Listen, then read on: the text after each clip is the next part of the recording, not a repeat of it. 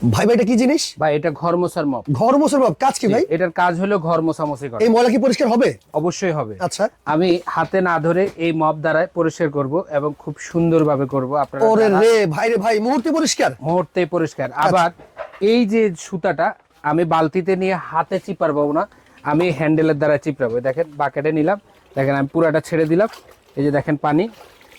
ওকে, এই যে দেখেন কিভাবে মোড়াইতে হয় দেখাই দিচ্ছি। হাতের ইশারা Okay. ছাড়াই পরিষ্কার হবে। এটা সম্পূর্ণ শুকিয়ে গেছে। খুবই এবার চমৎকার আপনি তো ভাই। ফাইনালি আচ্ছা আবার একটা টাচ করে দেন।